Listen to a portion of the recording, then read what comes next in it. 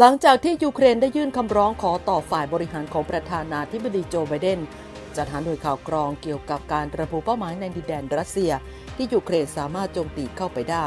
นอกจากนี้เหล่าสสของยูเครนยังได้เรียกร้องให้สหรัฐยกเลิกข้อจำกัดในการใช้อาวุธของสหรัฐต่อเป้าหมายในดินแดนรัสเซียด้วยก่อนหน้านี้สหรัฐไม่เห็นด้วยที่จะให้ยูเครนโจมตีเข้าไปในรัสเซียแต่ทว่าตอนนี้ทางการสหรัฐกำลังพิจารณาเรื่องนี้อยู่ซึ่งหากสหรัฐเห็นด้วยกับการเปลี่ยนแปลงดังกล่าวก็จะหมายถึงการเปลี่ยนแปลงนโยบายที่สำคัญของทางการไปเลยสำหรับยูเครนนั้นหากสหรัฐและพันธมิตรจัดหาหน่วยข่าวกรองที่สามารถชี้เป้าหมายทางทหารของรัสเซียได้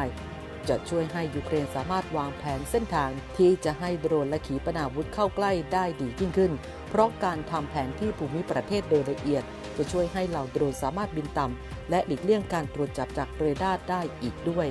แม้ปกติยูเครนจะสามารถเข้าถึงข้อมูลภาพถ่ายดาวเทียมเชิงพาณิชย์ได้แต่หากได้หน่วยข่าวกรองสหรัฐก็จะเป็นการช่วยให้ได้ข้อมูลที่ละเอียดและทันท่วงทีมากขึ้นต่อมาทำให้ไมค์ จอห์นสันประธานสภาผู้แทนราษฎรสหรัฐได้แสดงความเห็นกับผู้สื่อข่าวของ Voice of America เมื่อถูกถามว่าสหรัฐควรยกเลิกการห้ามใช้อาวุธโจมตีเป้าหมายในรัสเซียหรือไม่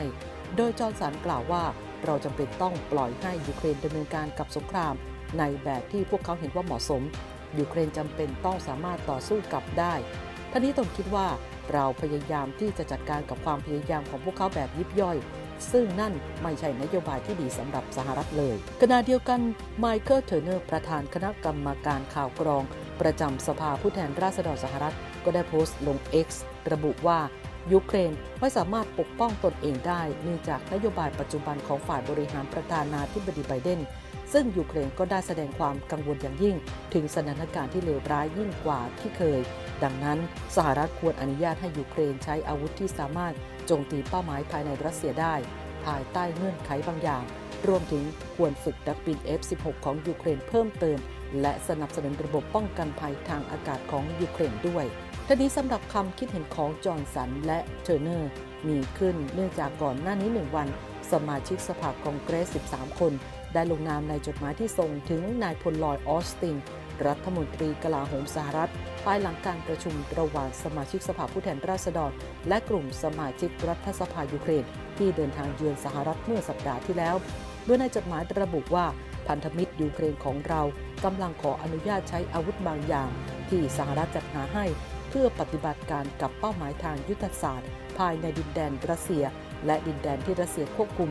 มันเป็นเรื่องที่จำเป็นอย่างยิ่งที่ฝ่ายบริหารของไบเดน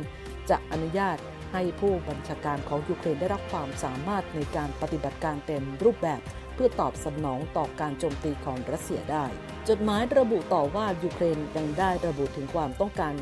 ระบบป้องกันภัย Patriot เพิ่มเติมอีก 7 ชุดเพื่อสกัดกั้นขีปนาวุธและโดรนของรัสเซียนอกจากนี้ยังมีเรื่องของการฝึกนักบินยูเครนอีกเป็นจำนวนมากเพื่อควบคุมเครื่องบินในขณะที่เครื่องบินขับไล่ F-16 พร้อมให้บริการในยูเครนซึ่งการที่ฝึกอบรมนักบินชาวยูเครนที่จบไป 12 คนนั้นยังไม่ถือว่าพอเพียงยูเครนอยู่ในภาวะสงครามต้องได้รับการจัดลำดับความสำคัญมากกว่าประเทศอื่นๆด้านของยูเครนโดยอเล็กซานเดอร์ ลิวิเดนโกหัวหน้าสภาความมั่นคงและกลาโหมแห่งชาติของยูเครนก็ได้ให้สัมภาษณ์กับ Financial Times ด้วยว่าฝ่ายบริหารของไบเดนควรยกเลิกการสั่งห้ามโจมตีภายในดินแดนรัสเซียด้วยอาวุธที่สหรัฐส่งมาซึ่งเป็นเรื่องที่ไม่ยุติธรรมยูเครนสามารถขัดขวางความก้าวหน้าของรัสเซียได้หากยูเครนสามารถโจมตีคลังอาวุธศูนย์กลางการขนส่งและโรงกลั่นน้ำมันที่อยู่ลึกเข้าไปในรัสเซียด้วยขีปนาวุธพิสัยไกลและอาวุธอื่นๆของสหรัฐอย่างไรก็ดีนอกเหนือจากที่ยูเครนพยายามกดดันสหรัฐให้อนุญาตการใช้อาวุธเข้าไปในดินแดนของรัสเซียแล้วยูเครนยังได้พยายามกดดันนาโตให้จัดตั้งเขตห้ามบินทั่วทั้งประเทศยูเครนด้วย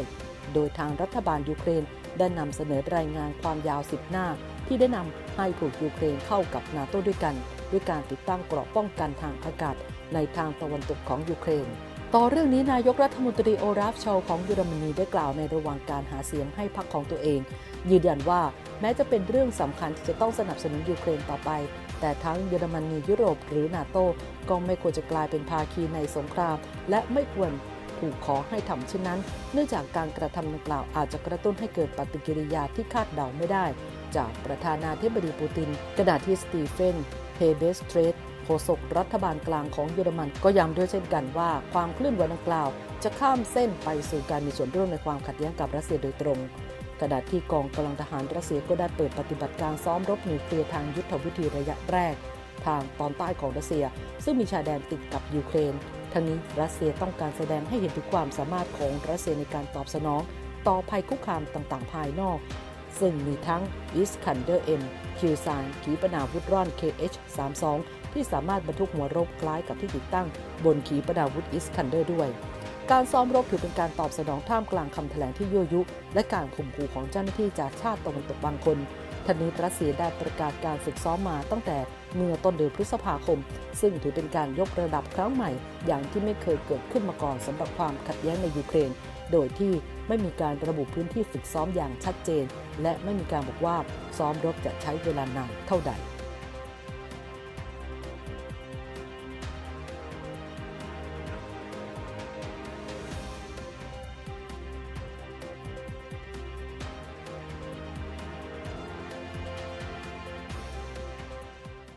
มาร่วมสนับสนุนท็อปนิวส์นำเสนอความจริงได้แล้ววันนี้เพียงกดปุ่ม Super Thanks แล้วเลือกจำนวนเงินตามที่ต้องการได้เลยครับขอบคุณครับ